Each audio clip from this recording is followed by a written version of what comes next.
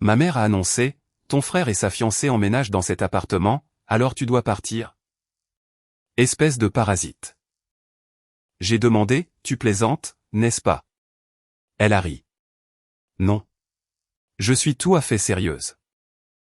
Le lendemain matin, elle est partie les chercher. J'ai appelé mon entreprise, mis fin au contrat de logement, empaqueté mes affaires et déménagé. Quand ils sont revenus, chaque carte d'accès avait été désactivée. Puis mon téléphone s'est allumé. Le gérant de l'immeuble dit que nous avons 1 heure pour partir. Je suis Maya Bennett, j'ai 33 ans. Et voici l'histoire du matin où ma mère a essayé de me mettre dehors de mon propre appartement de fonction. Elle a souri comme si elle assignait des places à un dîner. Ton frère et sa fiancée emménagent, alors tu dois partir, espèce de parasite. Je l'ai dévisagé. Tu plaisantes, n'est-ce pas? Elle a ri. Non, je suis tout à fait sérieuse. À ce moment-là, leur camion de déménagement était déjà réservé. Mon bureau à domicile avait été mesuré pour un nouveau lit. Et 3 cartons de mes affaires avaient été poussés contre le mur du couloir. Ce n'était pas une urgence familiale soudaine. C'était une prise de contrôle planifiée. Le lendemain matin, ma mère est partie les récupérer à l'aéroport. J'ai ouvert le portail de l'emploi qu'elle avait toujours qualifié de paperasse informatique. J'ai passé un appel à mon entreprise, accepté une offre que j'avais presque sacrifiée pour elle. Et résilié le contrat de logement à Austin lié à mon poste. Ensuite, j'ai emballé tout ce qui m'appartenait. Rendu ma carte d'accès et quitté l'appartement exactement comme l'entreprise l'exigeait. À 14h17, mon téléphone a commencé à vibrer. D'abord des appels manqués. Puis une photographie de 3 voyants rouges sur le panneau d'accès du hall. Chaque carte avait été désactivée. La sécurité ne les laissait pas prendre l'ascenseur. Et le gérant de l'immeuble avait déjà ramené leurs bagages sur le trottoir. Le dernier message venait de ma mère, en lettres capitales. Le gérant de l'immeuble dit, « Nous avons 1 heure pour partir. » Elle croyait toujours que j'avais volé sa maison. Mon frère croyait toujours que crier pouvait transformer une résidence d'entreprise en propriété familiale. Aucun d'eux ne savait quel document venait d'apparaître dans ma boîte de réception professionnelle. Ni pourquoi son nom y figurait. Avant que je vous dise ce que ce document révélait et ce qui s'est passé après que je me sois choisi. Dites-moi quelle heure il est là où vous êtes et d'où vous regardez. Je veux voir jusqu'où cette histoire porte. Un mois plus tôt, l'appartement semblait être la preuve que ma vie devenait enfin gérable. Je travaillais comme gestionnaire de programme de cybersécurité pour Nordstar Medical System. Après que Nordstar a acquis une plateforme que j'avais aidé à sécuriser. L'entreprise m'a demandé de diriger une intégration de 18 mois à Austin. La mission comprenait un appartement meublé de 2 chambres près du quartier The Domain. Nordstar détenait le bail principal. J'étais l'occupante employée autorisée. C'était un avantage que j'avais gagné après des années de lancement tard le soir et d'audit réglementaire. Ma mère, Hélène, a emménagé 6 semaines plus tard. Son loyer avait augmenté. Le bureau de comptabilité où elle travaillait à temps partiel avait fermé. Et elle a admis qu'elle avait peur de vivre seule. Je l'ai ajoutée comme occupante familiale approuvée. Le coordinateur de la mobilité a envoyé un avenant stipulant que son accès dépendait de ma mission active et se terminait lorsque mon occupation prenait fin. Hélène l'a signé électroniquement sans lire au-delà de la première page. C'est l'appartement de ton entreprise, a-t-elle dit. Ils ne vont pas se soucier d'une vieille femme dans la chambre d'amis. Je l'ai corrigé 2 fois. Après cela, j'ai arrêté. À l'époque, cela semblait être un malentendu anodin. Je payais pour ce que l'avantage ne couvrait pas. Le stationnement, les courses, son forfait téléphonique et la plupart des extras ménagers. Chaque dimanche, je la conduisais à Whole Foods, puis à un café sur Burnett Road. Où elle critiquait les prix tout en commandant la même tarte au citron. Pendant les semaines de lancement, je travaillais depuis la table de la salle à manger jusqu'à minuit. Puis je me levais tôt pour l'emmener à ses rendez-vous. Aider ne me dérangeait pas. Ce qui m'épuisait, c'était la rapidité avec laquelle une aide fiable devenait invisible. Mon jeune frère, Derek, vivait à Phoenix avec sa fiancée Brianna. Il appelait quand il avait des nouvelles excitantes. Des projets coûteux ou un problème de trésorerie temporaire. Hélène le décrivait comme un preneur de risques. Ce qui était la traduction familiale pour quelqu'un que d'autres personnes sauvaient à plusieurs reprises. Lorsque son entreprise de marketing événementiel s'est effondrée. J'ai couvert 2 mensualités de voitures pour qu'il puisse continuer à passer des entretiens. Quand Brianna a commencé à planifier un mariage au printemps. Hélène a envoyé de l'argent qu'elle ne pouvait pas se permettre et m'a discrètement demandé d'absorber plus de dépenses ménagères. Chaque faveur était présentée comme le dernier pont vers l'indépendance de Derek. Puis Nordstar m'a offert une promotion à Denver, une responsabilité nationale. Une augmentation significative et un déménagement payé par l'entreprise. Je la voulais immédiatement. L'offre écrite restait ouverte pendant 30 jours. Mais sachant qu'Hélène avait construit sa vie autour de l'appartement d'Austin. J'ai attendu la dernière semaine pour lui en parler.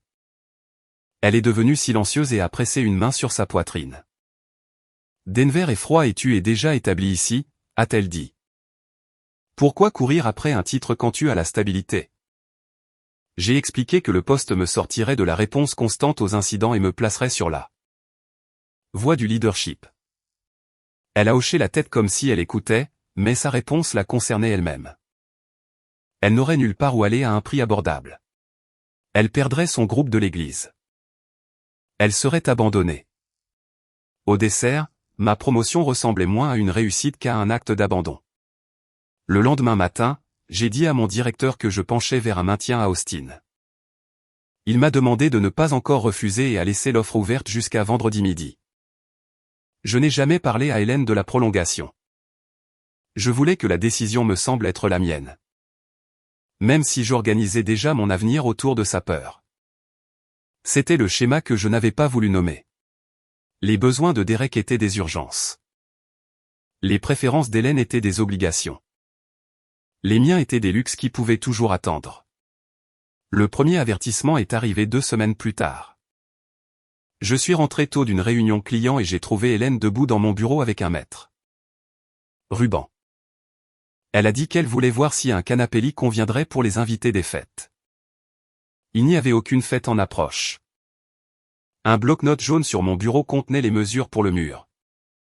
Le placard et la distance entre la fenêtre et la prise électrique. Quand j'ai tendu la main pour le prendre, elle a plié la page et l'a glissé dans sa poche. Ce soir-là. Elle a demandé si mon badge de travail et ma carte d'accès à l'immeuble étaient la même chose. J'ai dit que non. Elle a demandé qui contrôlait la liste des invités. J'ai dit que c'était l'équipe de gestion immobilière, via Nordstar. Son visage s'est crispé une demi-seconde avant qu'elle ne change de sujet. J'ai remarqué que je faisais simplement ce que les gens fiables font souvent lorsque la vérité menace la paix. J'ai trouvé des excuses pour l'épreuve. Jeudi, la veille de l'expiration de mon offre de promotion. Hélène a préparé un dîner que j'aimais et a placé une enveloppe épaisse à côté de son assiette.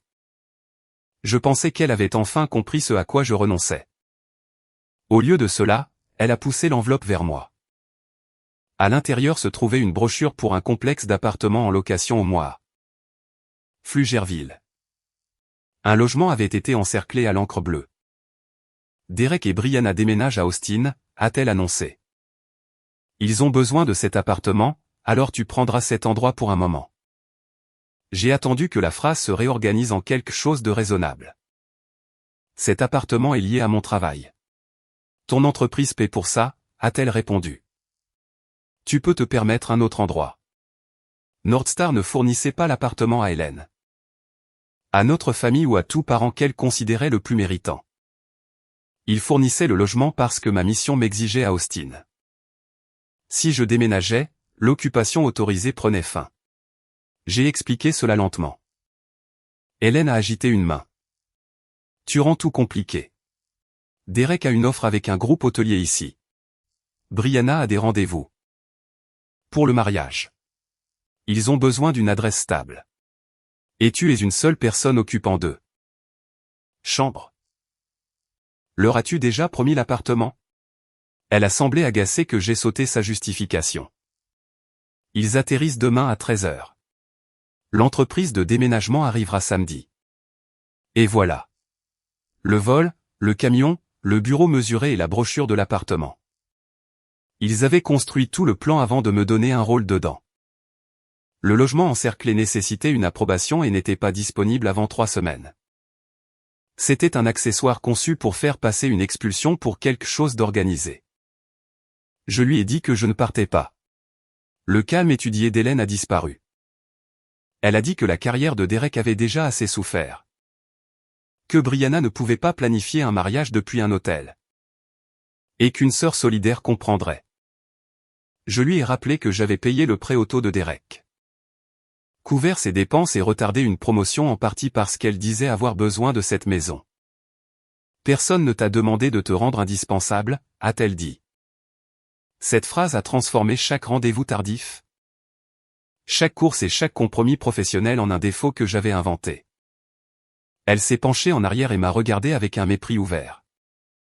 Tu as 33 ans, Maya. Tu travailles? Tu dors et tu te caches derrière cet ordinateur portable. Ton frère construit un véritable avenir. Arrête de t'accrocher à un appartement gratuit et de te comporter en victime.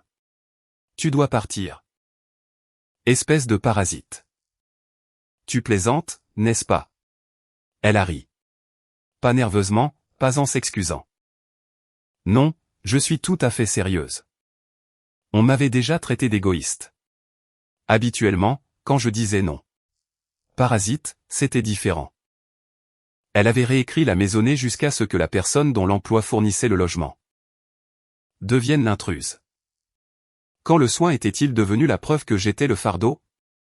Je n'ai pas crié. J'ai demandé quand elle avait l'intention de me le dire si je n'étais pas rentré tôt et n'avais pas trouvé les mesures. Elle a dit qu'elle me le disait maintenant.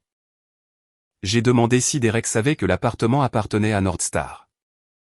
Elle a dit qu'il comprenait l'arrangement et qu'il s'était occupé de tout. La réponse était trop lisse. Puis elle a fait une erreur. Elle a tourné son téléphone vers moi pour montrer les informations d'arrivée de Derek. Sous la confirmation de la compagnie aérienne se trouvait un aperçu de message de sa part. Une fois que j'aurai soumis la lettre d'occupation, le service de relocalisation débloquera les premiers 12 000. Ne laisse pas Maya appeler l'immeuble avant que nous soyons à l'intérieur. Hélène a couvert l'écran, mais je l'avais déjà lu. J'ai demandé de quelle lettre d'occupation il parlait. Elle a dit que ce n'était pas mes affaires. A mis fin à la discussion et m'a dit de faire mes bagages avant leur retour de l'aéroport. Je me suis enfermé dans mon bureau. Mon premier instinct a été de négocier. J'ai vérifié le prix de l'appartement et calculé à quelle vitesse je pouvais déménager. Puis j'ai vu l'absurdité. Je me préparais à payer un loyer à Austin pour que des parents puissent occuper une résidence dans laquelle ils n'avaient aucun droit d'entrée. Pendant que je renonçais à une promotion pour rester près de la personne qui m'expulsait. Je suis resté assise dans le noir pendant 12 minutes. Me laissant ressentir le deuil sans le convertir en une autre tâche. Je ne pleurais pas un appartement. Je pleurais la croyance que donner assez amènerait ma famille à me traiter comme quelqu'un de précieux plutôt que d'utile. Puis j'ai allumé la lampe de bureau et j'ai commencé à documenter les faits. J'ai sauvegardé l'aperçu du message que j'avais vu dans une note avec l'heure et le contexte. J'ai téléchargé l'avenant d'occupant signé. J'ai trouvé l'offre de Denver toujours active jusqu'à midi. J'ai emballé mon passeport, mes dossiers d'emploi, mes médicaments, mon équipement informatique et les quelques objets personnels que je ne pouvais pas remplacer. À 10h16, une alerte automatisée est apparue dans ma boîte de réception Nordstar. Demande de vérification externe reçue pour un résident d'Austin. La demande provenait d'un fournisseur de services de relocalisation utilisé par plusieurs employeurs. En pièce jointe se trouvait une confirmation d'occupation autorisée par l'employé, nommant Derek comme résident autorisé. En bas se trouvait une signature électronique qui ressemblait à la mienne. Ce n'était pas la mienne. Mon frère n'avait pas seulement attendu une faveur. Il avait modifié un document de l'entreprise. Utilisé mon nom et soumis l'appartement comme preuve de logement pour que son futur employeur débloque une avance de relocalisation de 12 000 $. Hélène avait vidé ma chambre parce que la tromperie exigeait qu'il semble y être établi. J'ai transféré l'alerte à mon directeur et à l'équipe de conformité de la mobilité avec une seule phrase. Je n'ai pas autorisé ce document ni cet occupant. Puis j'ai programmé un appel pour 8 heures. Le lendemain matin, Hélène a frappé à ma porte avant de partir et m'a dit de ne pas envenimer la situation. J'ai regardé la signature falsifiée sur mon écran et j'ai compris que la laideur était arrivée bien avant que je ne la reconnaisse. À 8 heures le lendemain matin, j'ai rejoint un appel vidéo avec mon directeur, un spécialiste de la mobilité et le conseiller juridique de Nordstar pour le logement. Le spécialiste m'a montré l'historique du logement. Quelqu'un avait téléchargé une copie modifiée de l'avenant d'Hélène avec mon nom collé au-dessus d'une ligne de consentement. Derek l'a utilisé pour demander une vérification via le portail de relocalisation de son nouvel employeur. Le spécialiste a posé 3 questions directes. Avais-je autorisé Derek à y résider? Avais-je signé la lettre? Avais-je toujours l'intention de refuser le poste à Denver? Mon vieux réflexe m'a dit de les protéger de l'embarras. Puis je me suis souvenu de la brochure de l'appartement placée à côté de mon assiette au dîner. Comme un ordre. Non, non, et j'accepte Denver. Mon directeur n'a pas célébré. Il a simplement dit, bien. Nous allons traiter cela correctement. Parce que le logement était une résidence d'entreprise de service sous l'accord cadre de Nordstar. Et non un bail conventionnel à mon nom. La mission pouvait prendre fin lorsque je rendais possession des lieux. Ma licence et toutes les accréditations dépendantes expireraient au moment du départ. L'avenant d'Hélène stipulait cette condition en gras au-dessus de sa signature. Le conseiller m'a dit de ne pas confronter Derek et de ne laisser personne entrer après la restitution. Ma liste de contrôle exigeait des photographies, le retrait de mes affaires, un avis concernant les biens d'Hélène et la restitution de toutes les cartes. La direction inventorierait ses biens restants et organiserait une collecte supervisée. L'entreprise mettait fin à une licence de logement d'employé après le transfert de l'employé. Exactement comme le permettait l'accord signé. À 8h47, j'ai accepté Denver. Quelques minutes plus tard, le service de relocalisation a confirmé une suite meublée pour mes 30 premiers jours. Et le gérant a programmé le départ pour midi. Hélène est entrée dans la cuisine, vêtue d'un nouveau chemisier et portant son sac à main. Je pars à 11h, a-t-elle dit. Derek veut la plus grande chambre, alors assure-toi que ton bureau soit vide. J'ai fermé mon ordinateur portable. Tout ce qui m'appartient aura disparu. Elle a pris la précision pour une reddition. Je savais que tu serais raisonnable une fois calmé. As-tu donné à Derek une copie de ton avenant de logement? Sa main s'est crispée sur la lanière du sac. Il avait besoin d'une preuve qu'il avait un endroit où rester. Lui as-tu dit qu'il pouvait signer à ma place? Ne commence pas. Il corrigeait une formalité technique. Les familles ne se détruisent pas pour des formulaires. C'était ce qu'elle a dit de plus proche d'un aveu. Elle est partie sans me demander où je dormirais cette nuit-là. De la fenêtre, j'ai regardé sa voiture tourner sur la route principale. Et la tristesse qui est montée en moi était plus silencieuse que la colère. Elle était si certaine que j'absorberais les conséquences qu'elle n'avait pas imaginé une deuxième version de la journée. Un collègue m'a aidé à déplacer mes vêtements, mes livres, mes photographies et mon bureau debout dans un garde-meuble. J'ai laissé les meubles de l'entreprise et chaque objet appartenant à Hélène. Sur le comptoir, j'ai placé son avenant signé. Les instructions de collecte supervisée et 3 adresses d'hôtel de long séjour. Je n'ai pas laissé d'argent. Le gérant a inspecté les pièces, étiqueté les biens d'Hélène et confirmé qu'aucun nouvel occupant n'avait été approuvé. À midi, j'ai rendu les 2 cartes actives et j'ai regardé le lecteur devenir rouge. Je suis allé au bureau pour rendre un appareil sécurisé avant mon vol du matin. Dans le parking, le premier appel est arrivé. Je l'ai laissé sonner. Hélène a texté, nos cartes ne fonctionnent pas, appelle la réception. À 2009, Derek a envoyé, dites à la sécurité que nous habitons ici.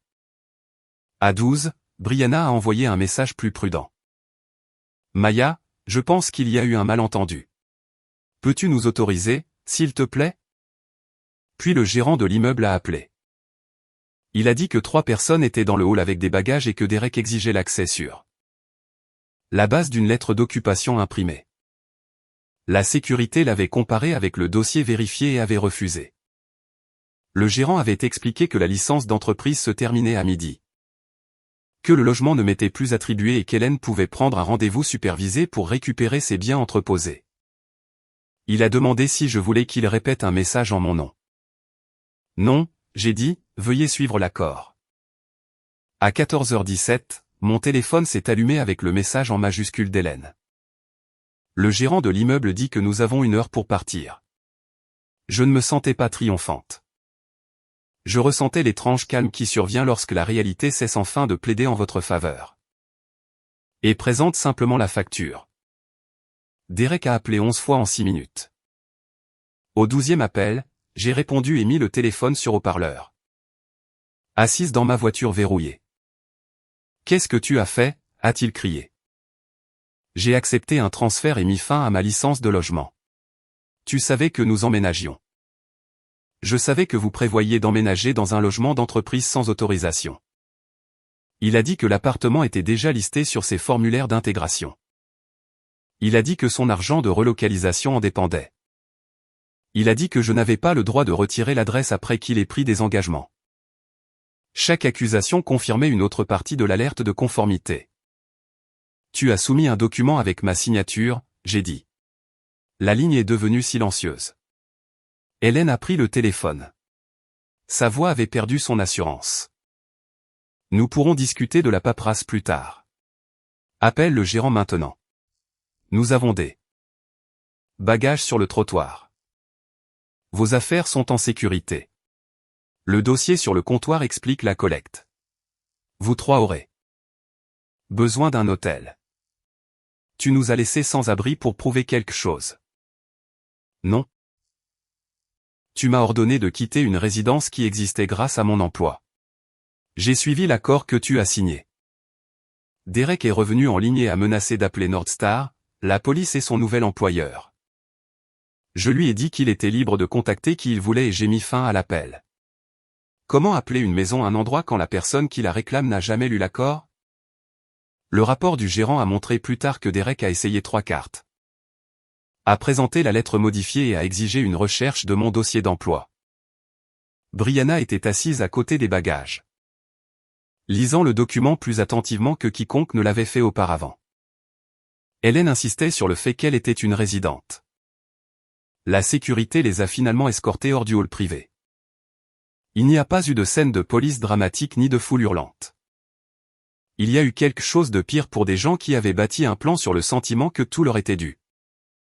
Un professionnel calme répétant, « Vous n'êtes pas autorisé. » À 16h cet après-midi-là. Il s'était enregistré dans un hôtel de long séjour près de l'aéroport.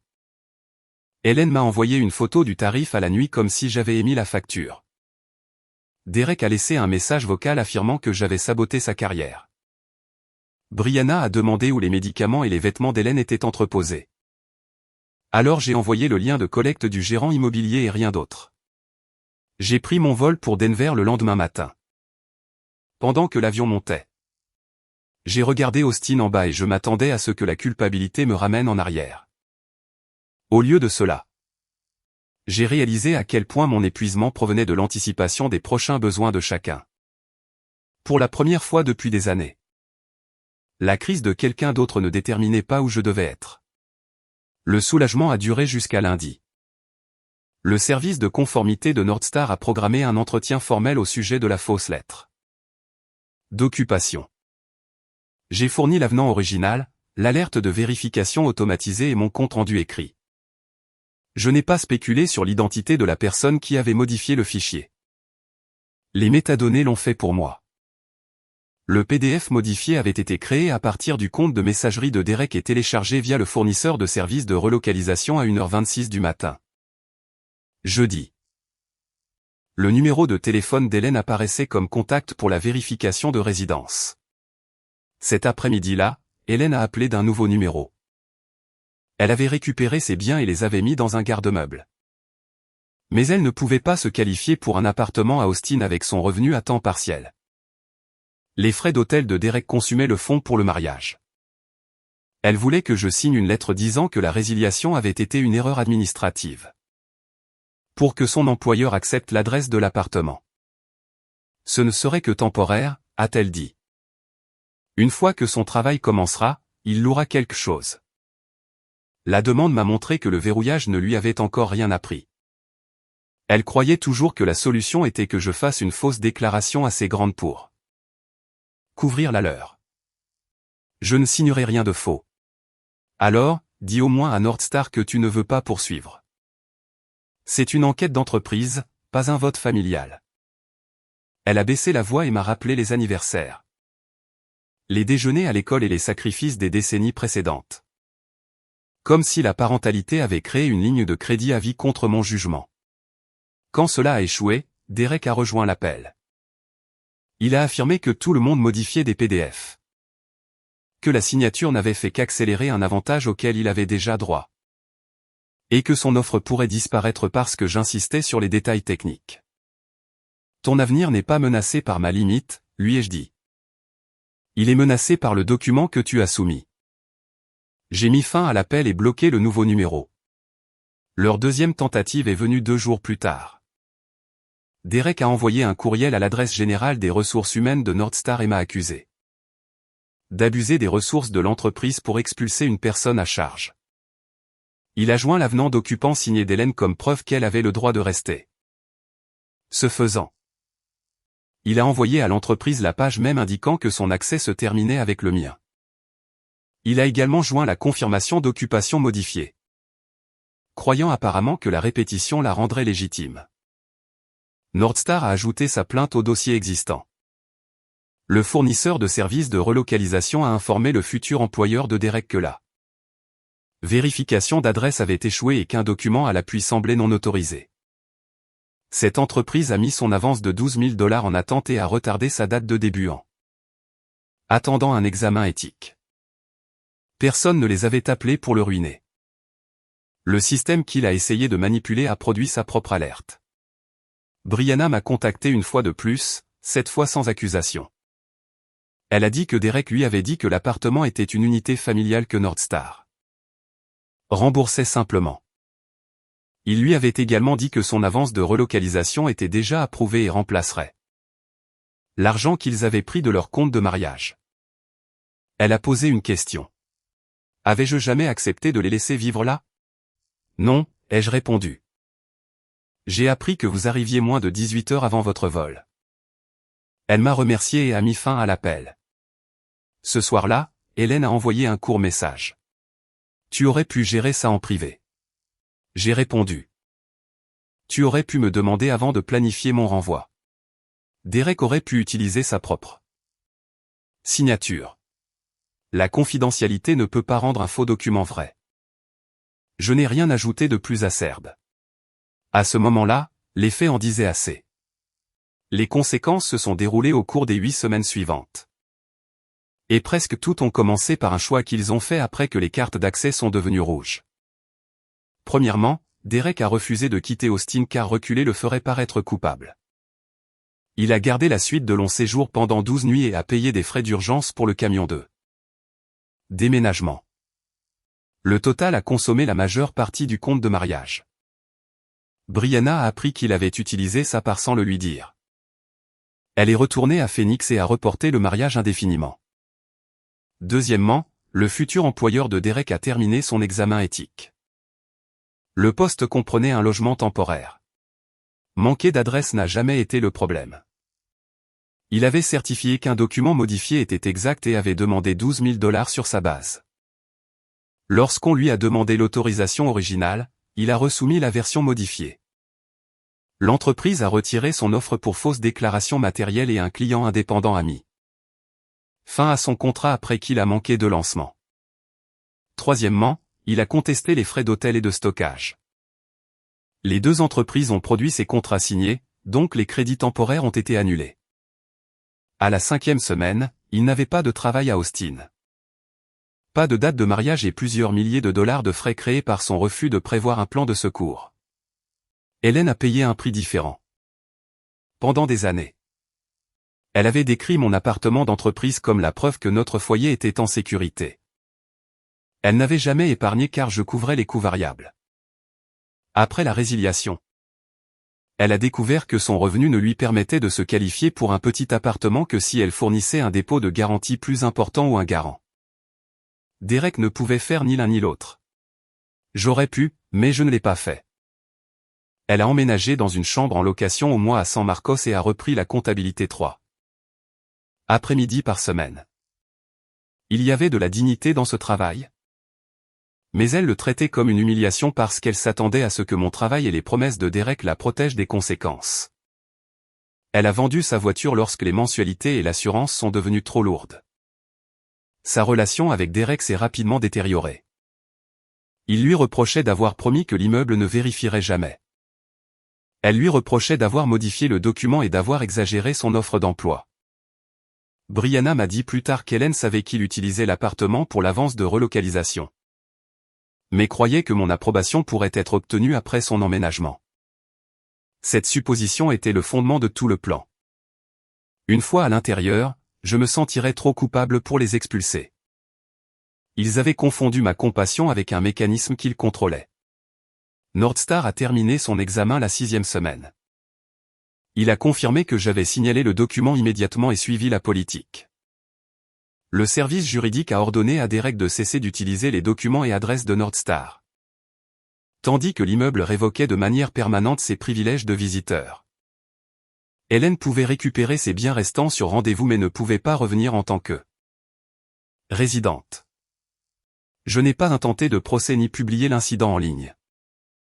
Derek a perdu le travail parce qu'il a menti pour obtenir de l'argent. Il a perdu la confiance de Brianna parce qu'il a dépensé leurs économies communes sans son consentement. Hélène a perdu le logement gratuit parce qu'elle a expulsé l'employé dont la mission le fournissait. Leur perte était les factures de leur propre décision. Pendant ce temps, Denver m'a rendu des parties de moi-même que j'avais presque oubliées. Ma suite meublée donnait sur Union Station, et pendant le premier mois. Je m'attendais constamment à ce que quelqu'un me demande quand je rentrais à la maison ou comment je passais mon samedi. Personne ne l'a fait. J'ai dirigé mon premier exercice national de gestion d'incidents.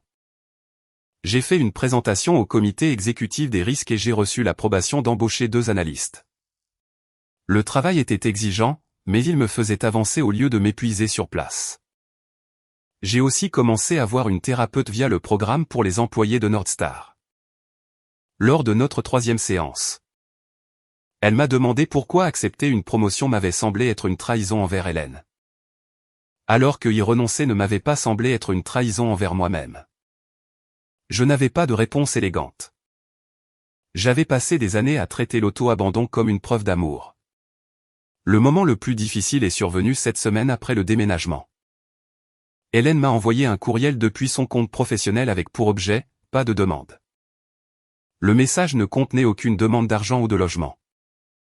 Elle a écrit qu'elle avait relu l'avenant d'occupant en attendant à un arrêt de bus. Elle a admis que le langage avait toujours été clair. Elle a dit qu'elle m'avait traité de parasite parce que je menaçais l'avenir qu'elle avait arrangé. Avec Derek et que la colère avait été plus facile que de reconnaître que l'appartement n'avait jamais été à elle pour le donner. Puis elle s'est excusée. J'ai lu le message 3 fois. Une partie de moi voulait répondre immédiatement et transformer un paragraphe honnête en une réconciliation complète. C'était l'ancien réflexe. Récompenser le premier signe de responsabilité par un accès complet. J'ai attendu 2 jours, puis j'ai écrit. J'apprécie que tu aies mis des mots sur ce qui s'est passé. Je ne suis pas prête à revenir à notre ancienne relation. Et je ne fournirai pas de logement, d'argent ou d'aide à l'emploi.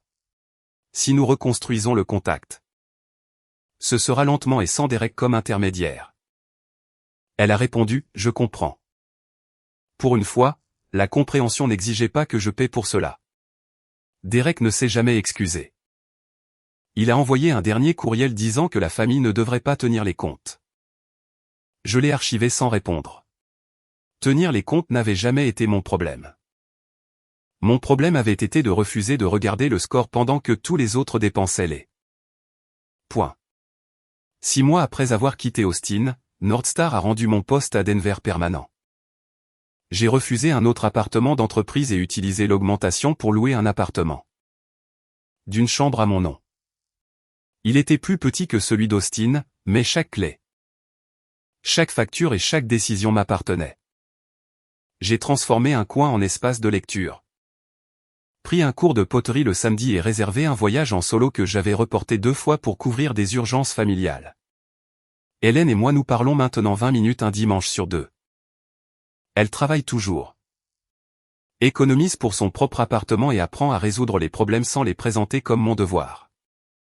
Nos conversations sont polies et parfois chaleureuses, mais la limite demeure. Des excuses ont ouvert une porte. Elles n'ont pas rendu l'ancienne carte d'accès. Brianna a mis fin aux fiançailles et a reconstitué ses économies à Phoenix.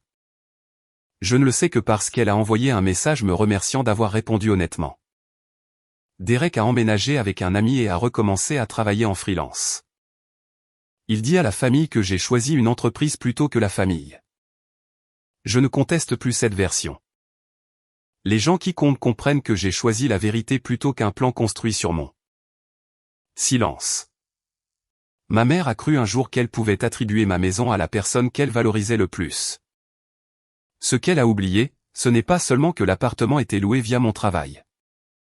Elle a oublié que mon travail, mon jugement et mon consentement étaient les fondations de chaque avantage qu'elle traitait comme le sien. La leçon n'a jamais été que les cartes d'accès sont une bonne vengeance. C'était que la générosité sans limite devient une permission dans l'esprit des personnes qui pensent que tout leur est dû. Je peux aider quelqu'un sans lui donner autorité sur mon avenir. Je peux accepter des excuses sans effacer les conséquences. Et je peux aimer ma famille sans me porter volontaire pour être sa ressource la plus pratique. Si quelqu'un dans votre famille a déjà traité votre fiabilité comme quelque chose qu'il possédait, quelle limite lui a finalement fait comprendre que votre aide était un choix? Pas un droit qu'il possédait? Dites-le moi dans les commentaires. Votre réponse pourrait être exactement ce qu'une autre personne a besoin de lire aujourd'hui. Merci d'avoir regardé cette histoire jusqu'à la toute fin. Cette vidéo est complètement fictive et créée uniquement à des fins de divertissement, d'éducation et de réflexion dramatique. Nous espérons qu'elle vous rappelle que certaines personnes ne veulent que la version de vous qui pardonne rapidement, reste silencieuse et demande peu. La croissance signifie ne plus se réduire pour s'adapter à des relations qui étaient trop petites. Pour votre dignité.